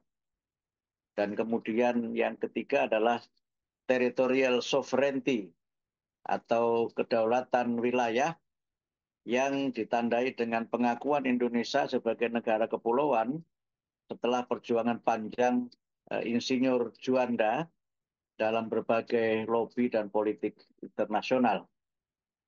Nah, tentu momentum peringatan Sumpah Pemuda ini juga menjadi bagian penting dari penegasan betapa pentingnya peranan kaum muda dalam memajukan bangsa dan negaranya. Dan betapa pentingnya peranan kaum muda sebagai kekuatan pemersatu dan kekuatan di mana mereka mampu melintas batas. Melintasi batas-batas agama, melintasi batas-batas suku, dan juga menanggalkan tanpa meninggalkan identitas-identitas primordial.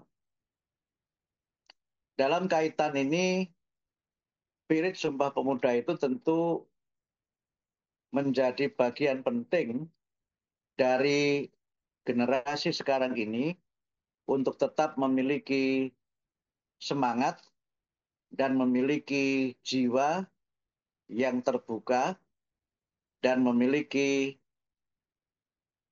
kesiapan untuk melintas batas sebagaimana para pemuda yang mendeklarasikan Sumpah Pemuda itu.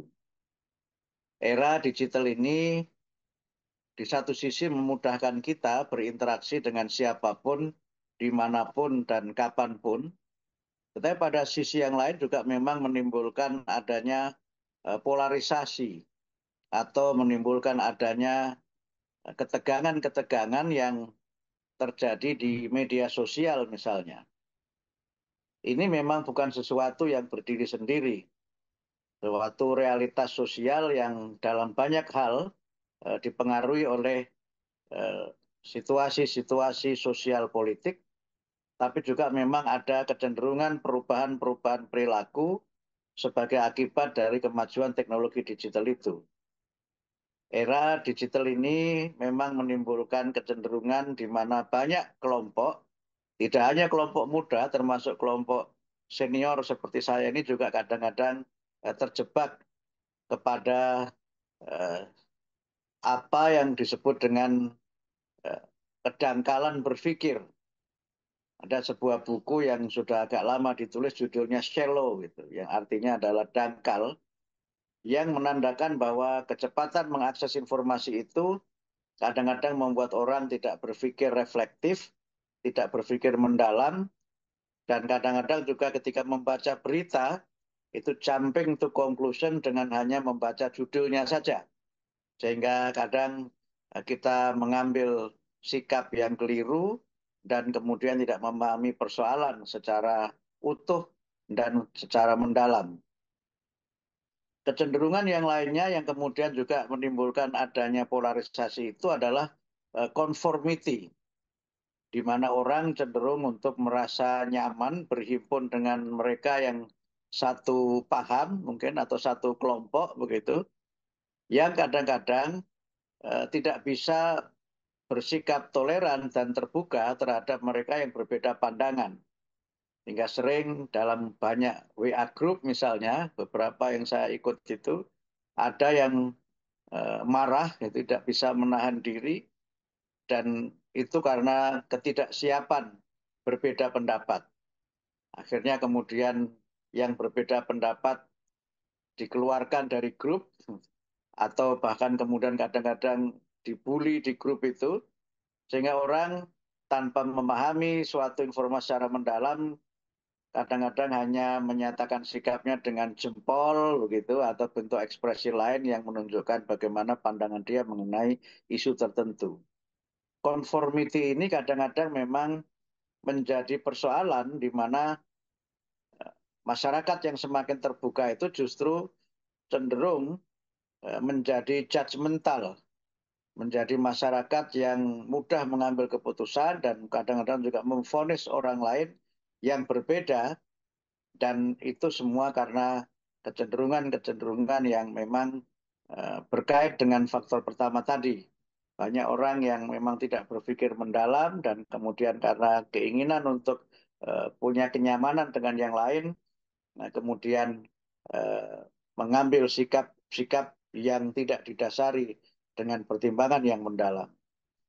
Kecenderungan yang ketiga adalah kecenderungan di mana orang mengakses berbagai macam sumber informasi digital itu bukan untuk mencari kebenaran, tetapi hanya untuk mencari pembenaran.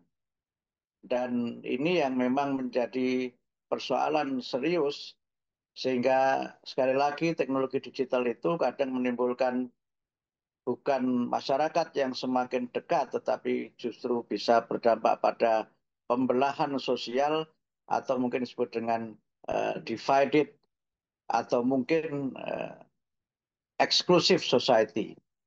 Masyarakat yang terbelah, masyarakat yang kadang menjadi begitu eksklusif.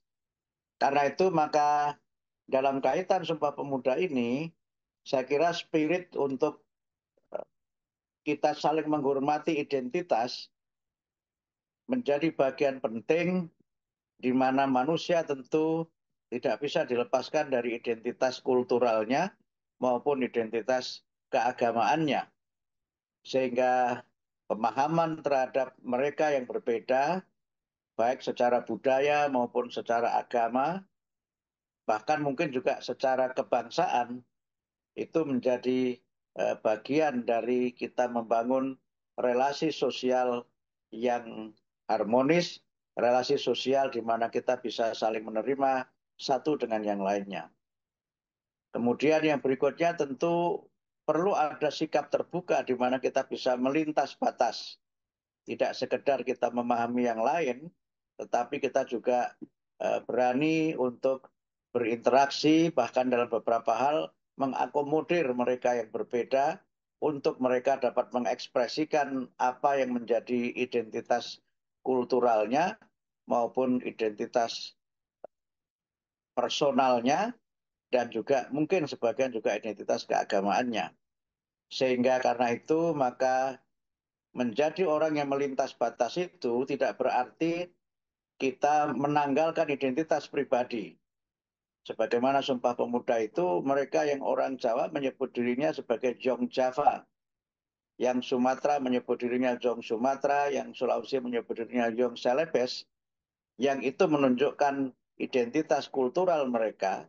Tetapi ada sebuah ikatan yang dibangun bersama, sekali lagi tanpa menanggalkan dan meninggalkan identitas kultural itu dalam sebuah entitas baru yang bernama Indonesia. Nama Indonesia sendiri juga bukan nama yang berasal dari daerah tertentu di tanah air kita, juga bukan berasal dari suku tertentu di Indonesia, termasuk juga bahasa Indonesia itu juga bukan bahasa dari suku tertentu, juga bukan bahasa dari etnis tertentu, tetapi bahasa yang memang kemudian diterima sebagai bahasa persatuan karena strukturnya yang mudah dipahami dan juga penggunaannya yang luas di kalangan masyarakat. Sehingga karena itu maka dalam era sekarang ini generasi muda, generasi milenial atau ada yang menyebut dengan generasi Z atau generasi Y itu memang perlu untuk berinteraksi lebih terbuka dengan yang lain. Kemudian perlu disediakan ruang-ruang perjumpaan yang semakin banyak, apakah melalui media virtual seperti ini, bahkan yang lebih penting tentu melalui berbagai meeting point yang memungkinkan mereka bisa berinteraksi dan mengenal satu dengan yang lainnya secara lebih baik, dan kemudian mereka memiliki sikap yang terbuka terhadap perbedaan, dan kemudian memiliki jiwa besar untuk menerima mereka yang lain yang berbeda, dan memiliki tanggung jawab yang sama untuk bisa bersatu dan saling tolong-menolong, dalam bahasa lain saling bergotong royong untuk keharmonisan dan kerukunan bersama.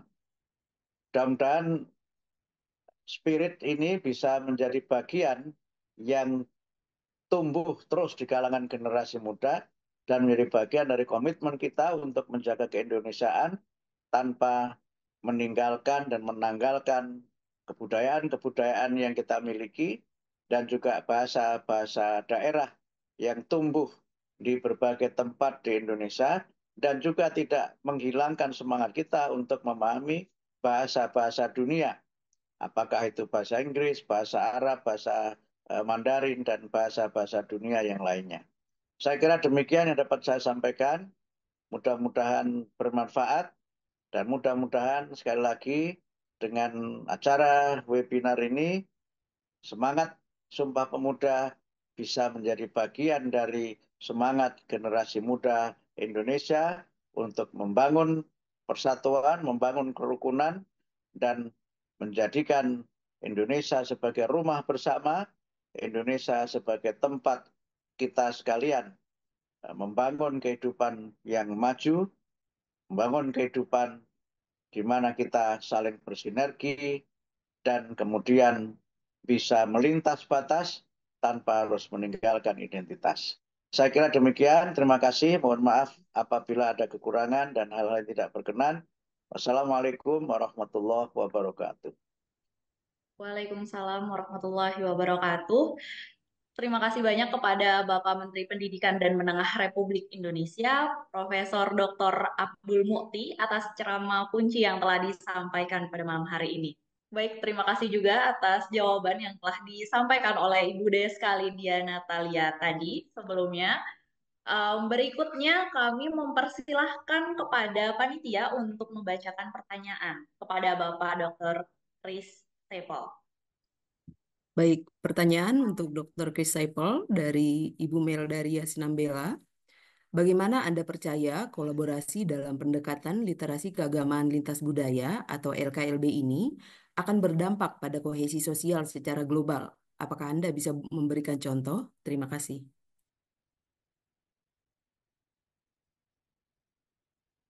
Well, Teramasi for the question.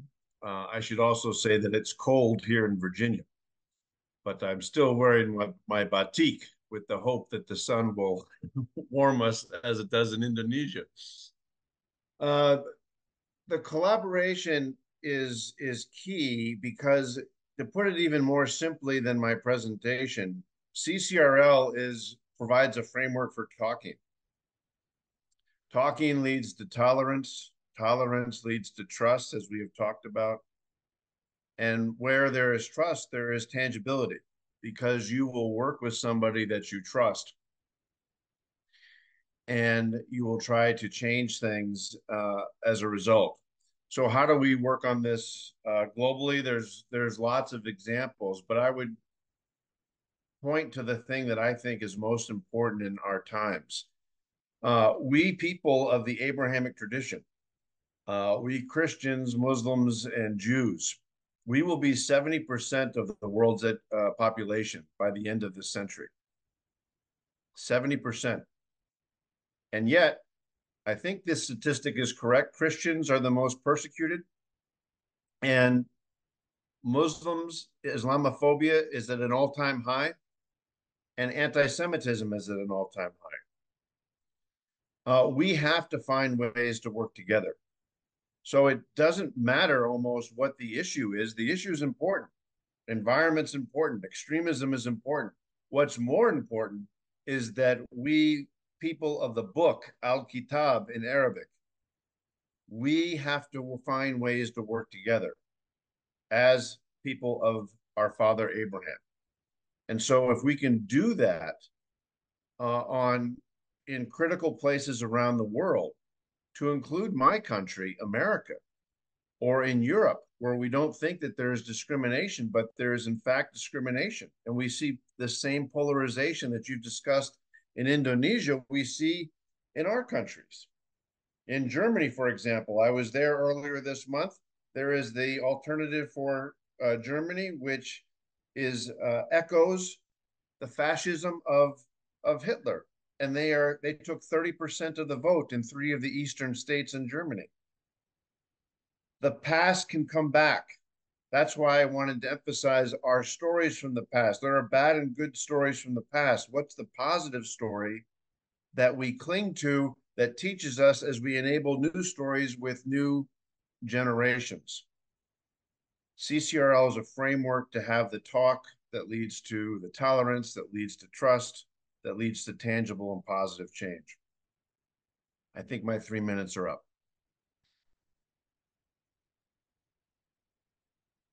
Terima kasih atas jawaban yang telah disampaikan oleh Bapak Dr. Chris Sepol.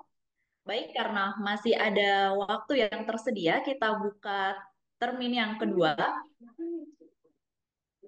Selanjutnya kami mempersilahkan panitia untuk membacakan pertanyaan kepada Bapak Dr. Farid F. Sainong, MA. Baik, pertanyaan untuk Dr. Farid dari Bapak Abdul Heri. Pertanyaannya adalah bagaimana pemuda dapat berperan dalam mengatasi narasi ekstremis yang seringkali mendominasi media terkait agama. Apa langkah-langkah konkret yang bisa diambil sehingga dapat memperkuat kohesi sosial? Terima kasih. Tentu saja responnya sangat beragam ya, tergantung kapasitas mereka tentu saja. Jadi yang kira-kira misalnya saya katakan bisa teguh memegang prinsip agama yang salah satunya misalnya hidup itu harus bermanfaat dan tidak boleh melahirkan kerugian bagi orang lain. Itu akan menjadi sangat penting ya, bahwa narasi-narasi ekstremis itu pasti merugikan orang lain.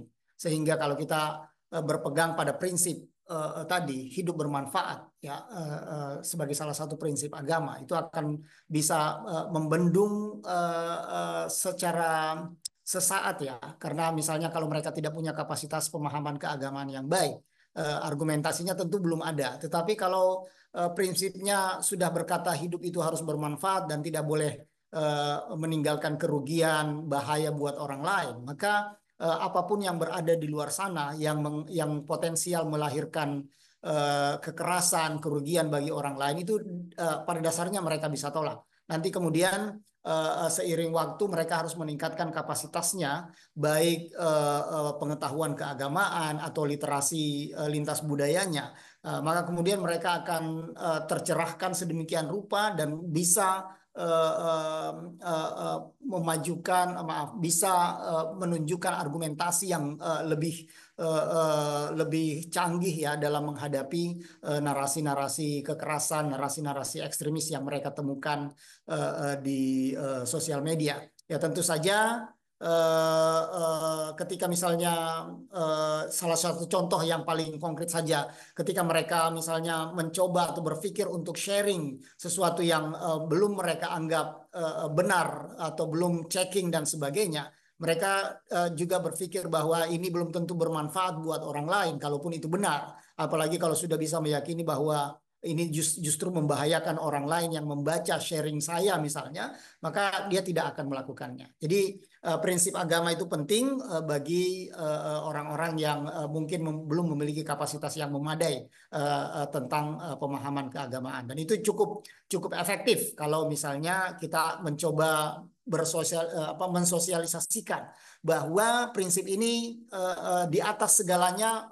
perlu diperhatikan, ya harus dipegang, sehingga apapun hal-hal yang bisa menimbulkan kekerasan, kerugian bagi orang lain itu bisa ditolak sejak awal. Saya kira itu dulu. Baik, terima kasih atas jawaban yang telah disampaikan oleh Bapak Dr. Farid F. Sainong, MA. Berikutnya, kami mempersilahkan panitia untuk membacakan pertanyaan kepada Bapak Septiaji Eko Nugroho, ST, MSc. Iya, ada pertanyaan buat Bapak Setiaji dari Bapak Eko Purnomo, Pak. Bagaimana pendapat Bapak dengan banyaknya sekolah yang telah melakukan transformasi digital dengan pembelajaran menggunakan teknologi informasi, namun masih belum dibekali dengan karakter digital citizenship yang kuat? Akhirnya ini yang menjadikan munculnya hal-hal yang hoax dan yang lainnya. Nah, bagaimana pendapat Bapak tentang hal ini supaya bisa memiliki karakter digital citizenship yang kuat seperti menghargai keberagaman, menghindari hoax yang ada di kalangan generasi muda, khususnya remaja saat ini? Terima kasih, Pak. Terima kasih pertanyaannya. Ya, ini tentu sangat menarik sekali ya ketika melihat mungkin banyak anak-anak kita sudah terbiasa menggunakan perangkat digital atau bahkan sekarang yang menjadi polemik ya, itu adalah pemanfaatan AI gitu ya. Anak-anak sudah biasa menggunakan ChatGPT gitu ya, tanpa tahu gitu ya, bahwa kalau dia kemudian langsung menggunakannya tanpa belajar tentang literasi AI secara umum dan kemudian juga etikanya gitu ya, dia nanti bisa jadi akan bermasalah begitu. Jadi memang dalam konteks kerangka bagaimana kita memahami dunia digital itu kadang-kadang kita sering loncat gitu ya. Padahal sebenarnya kalau dulu katakanlah oleh guru kita gitu ya, kita kan selalu diajarkan bahwa kamu sebelum menimba ilmu, kamu belajar membangun karakter dulu. Jadi karakter sebelum ilmu, adab sebelum ilmu gitu. Nah ini mungkin yang sering kita lupakan ketika kita berhadapan dengan teknologi digital, sehingga mungkin kita eh, dengan mudah langsung bisa mengakses teknologi gitu ya tanpa memahami dampak-dampaknya. Nah, ini yang kemudian kalau dalam konteks kita ya, bagaimana kita memahami literasi digital gitu ya di Indonesia paling tidak kita membuat pilar-pilar gitu ya, bahwa kemampuan untuk bisa memanfaatkan teknologi informasi itu hanyalah satu pilar, yaitu yang disebut dengan digital skills. Sedangkan ada tiga pilar lainnya yang juga sangat krusial untuk dipahami. Yang kedua adalah etika digital, yaitu bagaimana kita menerapkan code of conduct gitu ya dalam bagaimana kita menggunakan perangkat digital sehari-hari. Yang ketiga adalah budaya digital, bagaimana kita bisa mengimplementasikan value yang kita percaya sebagai manusia Indonesia. Tentu kita punya value Pancasila, jadi bagaimana kita bisa berpancasila dalam dunia digital. Nah, ini saya rasa masih menjadi tantangan kita semua ya. maaf sebelum juga yang terakhir adalah tentang keamanan digital. Jadi paling tidak mungkin ada 4 pilar yang saat ini mungkin dijadikan standar ya oleh teman-teman dari Kominfo. Nah, kemarin juga kebetulan saya juga diminta oleh teman-teman dari Kemendikbud untuk menyusun panduan pemanfaatan AI gitu ya. Dan kita kemudian belajar bagaimana negara lain, bagaimana dunia gitu ya, itu membuat standar bagaimana kita kemudian bisa memberikan edukasi tentang pemanfaatan AI.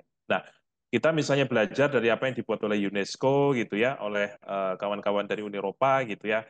Mereka punya metode yang kurang lebih sama. Jadi sebelum kemudian belajar tentang misalnya prompting gitu ya menggunakan tools Gen AI gitu ya.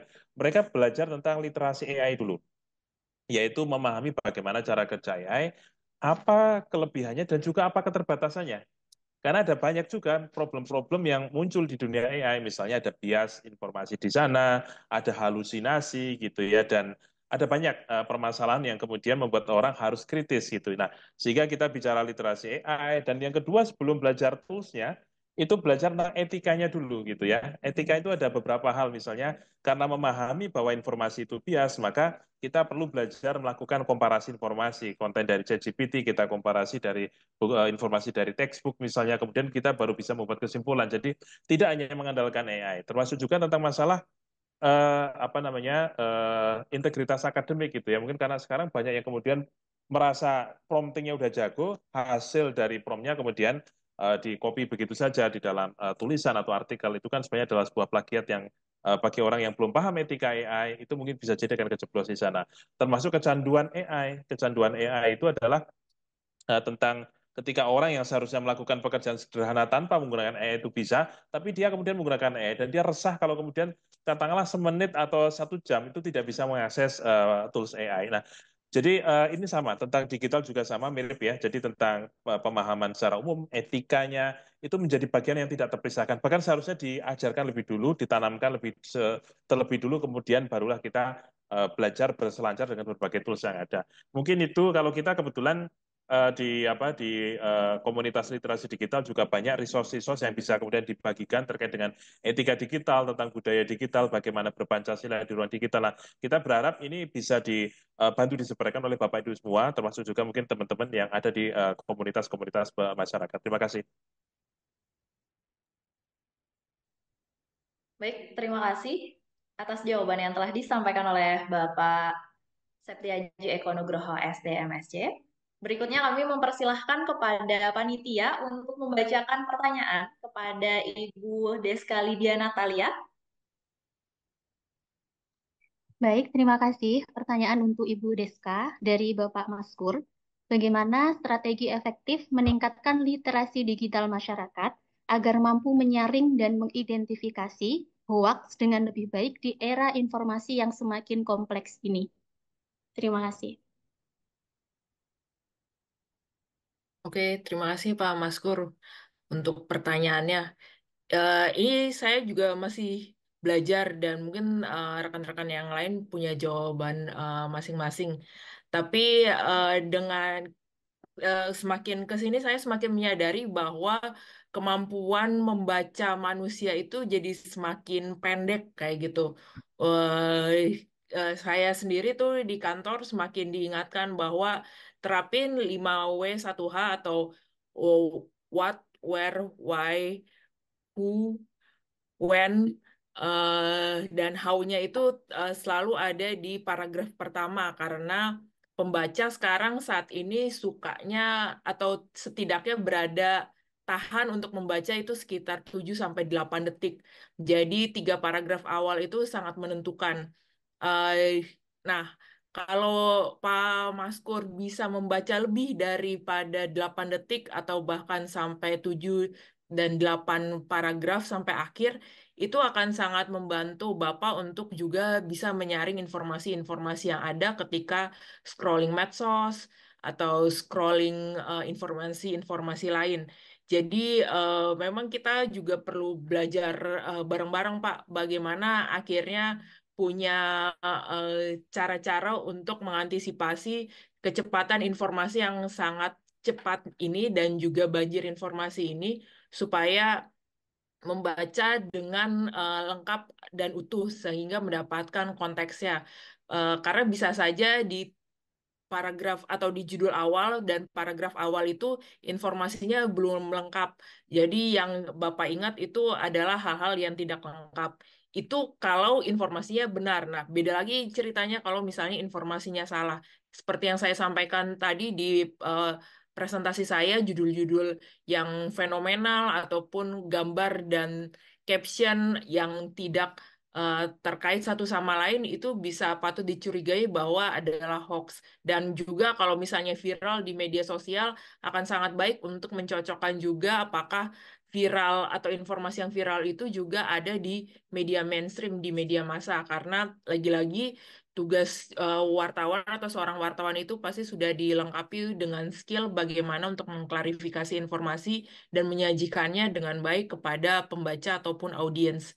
Eh, tapi sekali lagi, wartawan itu tidak bisa mengontrol respon dari audiens itu sendiri. Kalau ternyata audiensnya hanya bisa bertahan dalam waktu 8 detik atau membaca 3 paragraf, itu akan sangat disayangkan sekali. Jadi, mari kita mencoba untuk berlatih bersama-sama membaca sampai akhir atau menonton video sampai akhir dan bahkan berhati-hati ketika membaca caption atau keterangan yang ada di dalam medsos tersebut sehingga tidak salah dalam menginterpretasikan informasi yang ada.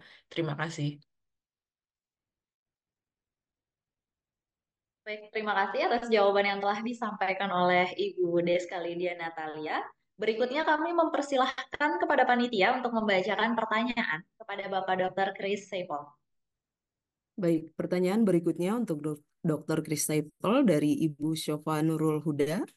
Dari 3 kompetensi LKLB, kompetensi mana yang lebih utama atau apakah ada secara hierarki kompetensi apa yang seharusnya dijadikan sebagai pondasi bagi Gen Z dalam memperkuat kohesi sosial? Terima kasih.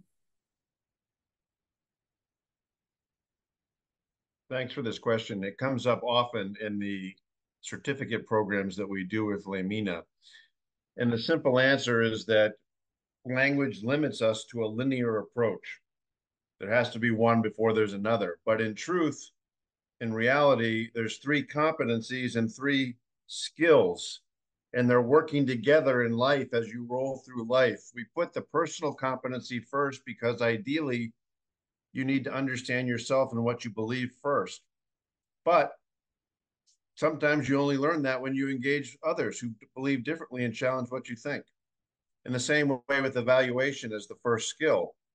Technically, you should evaluate what you're doing, but sometimes you only think about the situation after you've been in a negotiation and you're forced to communicate with somebody.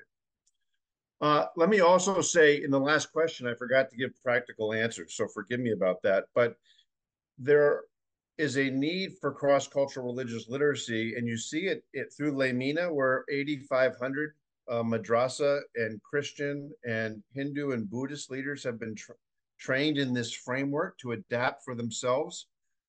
There's going to be a training in Kazakhstan in December of this year for government and religious and civil society leaders through Caspian University, a university there that the government has blessed to train government officials. You're going to see the same thing in Ghana. So what you're seeing is across the Muslim majority world, from Ghana to Central Asia to Indonesia, people are responding to the need for this framework. Does that mean the framework is great? Maybe. What it really means, I think, is that people want permission to engage according to the best of who they are, to bring their full faith to the table without having to sacrifice it and say, this is what I believe. It may be irreconcilable to what you believe, but we have some common values. And oh, by the way, we have challenges that we have to solve and we have to work together. The last comment that I would make is this: cross-cultural religious literacy echoes the very best, as I said, of the Istiqlal Declaration in the call for religious groups and communities to work together. Another way to think about this is negatively.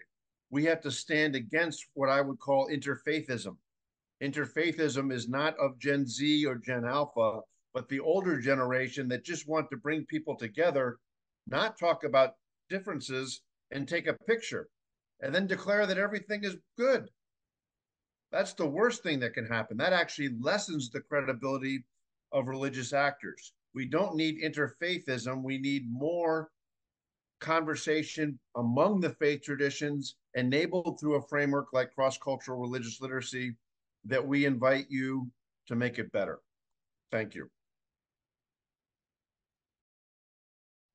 Terima kasih atas jawaban yang telah disampaikan oleh Bapak Dr. Chris Sepol.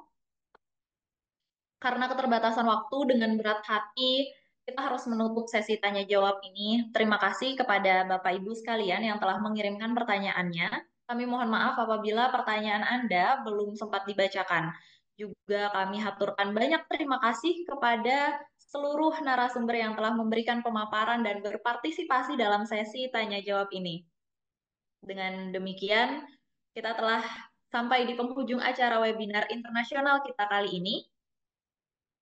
Akhir kata, atas nama Ma'arif Institute dan Institut Leimena, kami mengucapkan banyak terima kasih kepada seluruh narasumber dan pemberi sambutan yang telah hadir di acara ini. Juga kepada Bapak Ibu peserta webinar, baik di Indonesia maupun di negara-negara lain dimanapun Anda berada.